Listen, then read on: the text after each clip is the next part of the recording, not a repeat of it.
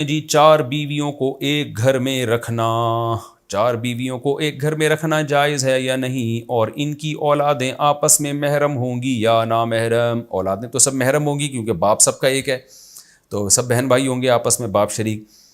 باقی یہ کہ چاروں کو ایک گھر میں آپ رکھیں لیکن خود پھر اپنے لیے کوئی الگ گھر کا انتظام کرنا پڑے گا آپ کو۔ یہ ہو نہیں سکتا کہ چاروں ایک گھر میں رہیں اور پھر آپ بھی اسی گھر میں رہیں۔ ایک صورت ہے، آپ اگر اسی گھر میں رہنا چاہتے ہیں جس میں چاروں ہیں تو پھر آپ بلٹ پروف جیکٹ تیار کریں، ایک بہترین ہیلمٹ جس پہ ڈنڈے کا اثر نہ ہو، بم دھماکوں کا بھی اثر نہ ہو، بیلن کا بھی اثر نہ ہو، وہ ہیلمٹ پہن کے آپ گھر میں رہ سکتے ہیں۔ تو یہ تو میں آپ کو ایک سجیشن تھی کہ اگر آپ کی چار بیویاں تو اللہ کا واسطہ یہ حماقت آپ کبھی بھی نہ کریں۔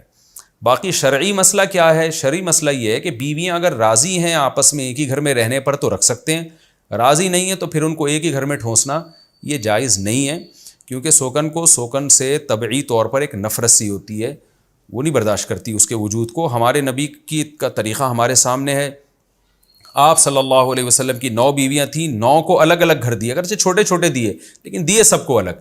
کہیں نہیں ملتا کہ ایک زوجہ کو، 2 زوجہ کو ایک ہی گھر میں آپ نے رکھا ہو۔ تو شرعی مسئلہ بھی یہی ہے کہ ہر بیوی کو دوسری سے الگ گھر دینا پڑے گا آپ کو لے کے، چاہے پورشن الگ کر دیں یا پارٹیشن کر دیں، کچھ بھی کریں تو آپ کو الگ گھر دینا پڑے گا۔ ایک کی مرضی کے بغیر دوسری بیوی کو اسی گھر میں لا کے ٹھونسنا یہ پہلی کے ساتھ بھی ظلم ہے، دوسری کے ساتھ بھی ظلم ہے، یہ بالکل جائز نہیں ہے، گناہ کی بات ہے یہ۔ آج کل 4 بہنیں اکٹھی نہیں رہتی ہیں، آپ 4 بیویوں کو کیسے رکھیں گے؟ 4 بہنیں لڑ پڑتی ہیں آپس میں، تو اس لیے یہ بہت بڑا ظلم ہے۔ 2 بیویوں کو بھی ایک گھر میں نہیں رکھ سکتے آپ ان کی مرضی کے بغیر، بلکہ میرا مشورہ تو یہ ہے کہ اگر وہ راضی بھی ہوں تو بھی نہ رکھیں۔ بعض دفعہ بیویاں راضی ہوتی ہیں، جی ہم دونوں بہنوں کی طرح رہ لیں گی، رہنا شروع کرتی ہیں، پھر ان کے جو اختلافات ہوتے ہیں اس میں ایسی نفرتیں پیدا ہوتی ہیں کہ پھر اگر آپ ایک کو مریخ میں رکھیں اور ایک کو جو ہے وہ کسی اور سیارے پہ رکھیں تو بھی ان کے آپس میں چپکلش چلتی رہتی ہے، ایسی لامتناہی جنگیں شروع ہوتی ہیں۔